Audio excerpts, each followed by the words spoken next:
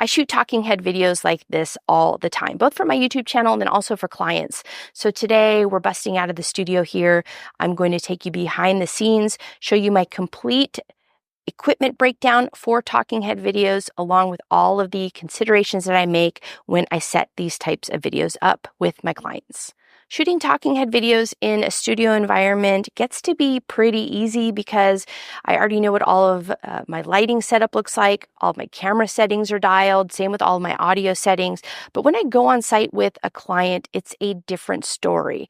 The first thing I do, whether I have been here before or this is my first time in a space, is I walk the space. I'm looking for lighting. I want to see nice, large size windows. In this case, I'm paying attention to the flooring. There are areas of this office that have carpeted areas, and then other spaces have like a concrete floor. So I'm thinking about the echo that could be created. This particular space also has music piped through speakers. So I'm turning the volume down on all those speakers so that I don't run into any copyright infringement issues.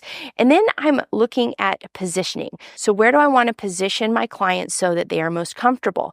And in a space like this, because it is a co-working space, we're here nice and early, nobody's here yet, but as we shoot for the day, people do start to show up for work. So if I place my client with people who could potentially be walking behind them, this could be an issue based on the type of look that you are looking for your video.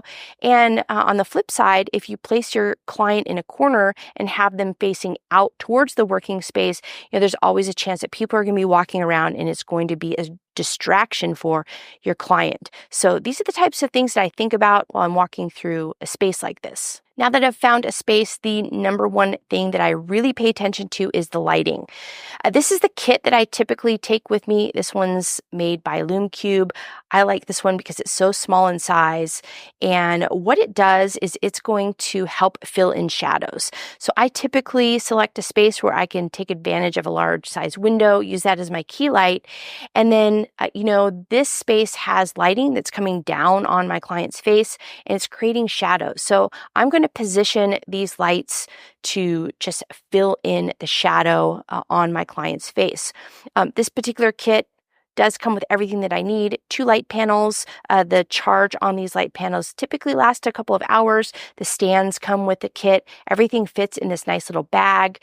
And then also it has some plugs. So although I do charge this kit before I'm on site with my client, if I need to have these lights work for longer than a couple hours, then I'm going to go ahead and plug them into the wall. So once I'm happy with the lighting setup, then I'm going to start to set up the camera. I'm using a Sony FX3 for my setup.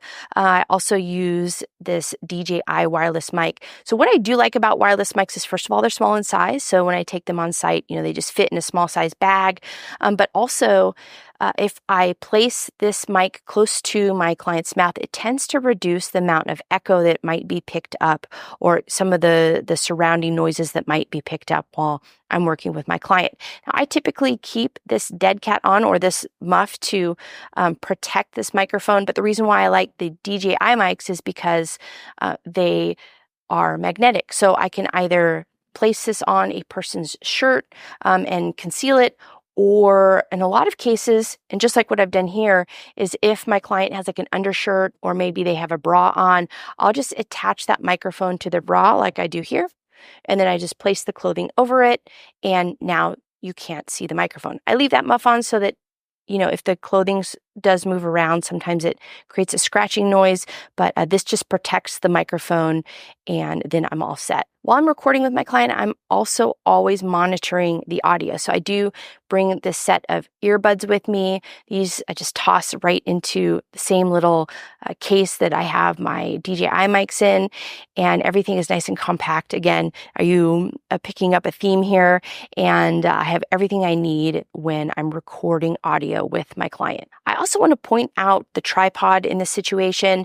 I bring a tripod that will fit in multiple situations. So sometimes my client's sitting, sometimes they're standing, and sometimes, I have to position this tripod at a space in the room, like on top of a table or something like that. So this particular tripod that I do take is tall enough so that if I want to have my client standing, it's going to meet the needs of that shoot. And then if they're sitting, I can just adjust the tripod level based on whatever type of shoot I'm capturing. And not everything on a video shoot is about the equipment. The other thing that makes talking head videos a huge success is if my clients are prepared. So what this means is we have a script or we have bullet points that my client is going to speak to while we're together. This is so important because it's going to reduce the amount of time that you're on site with your client. If they are nervous or they're easily distracted, they're going to walk into this situation and they're going to feel prepared. So oftentimes I work with my client ahead of time to finalize a script. They can just place the script in front of them, and you don't necessarily need to record the entire script from beginning to end. I like to break things up with my clients into sections so that we'll do the intro first, and then the first part, second part, third part, etc., and then finally the outro. I'll just record those in different sections so that it makes my clients comfortable and just makes it feel not so overwhelming while you're capturing content for your client. Now, some of you are going to say, man, that's just really not a lot of equipment. So here's the thing about doing client work. You're going to be working with clients who have all different budget sizes. Some clients can afford a full production where I'm bringing in bigger lighting. I'm setting up grip gear. I might have multiple cameras. And in fact, I might even have more than one person with me to act as assistants or to man the different cameras that we might have set up for that shoot. But the thing is not a lot of the people I work with can afford that type of a production.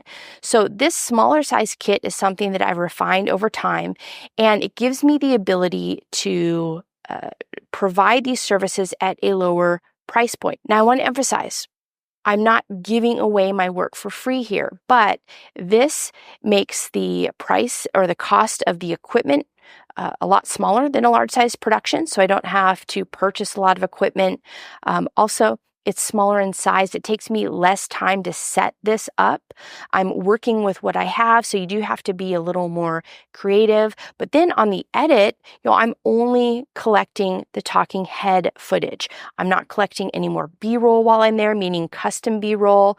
I'm taking advantage of different types of B-roll footage that I can grab from a tool that I use, which is Artlist. And when it's all said and done, I can create 2 10-minute videos in one recording session. It takes us no more than 2 hours to set up, to record, and to break down all the equipment for these types of videos. And then when I go back to the office, it's going to take me 6, sometimes 8. Very rarely does it go that long. But because I have a workflow in place, I go back to the office, I select the B-roll that I want to use in Artlist, and then I'm going to put the edit together. So all in all, this type of video shoot is going to take me about a day's work. My clients get 2 10-minute-ish videos that they can post to their YouTube channel.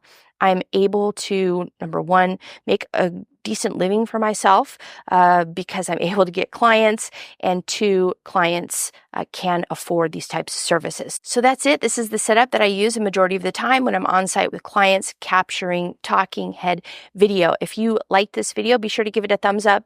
If you like these types of videos, I invite you to subscribe. I have some more behind the scenes videos coming up in the coming weeks, so be sure to follow along. Thanks as always for tuning in, and I'll see you again in next week's video.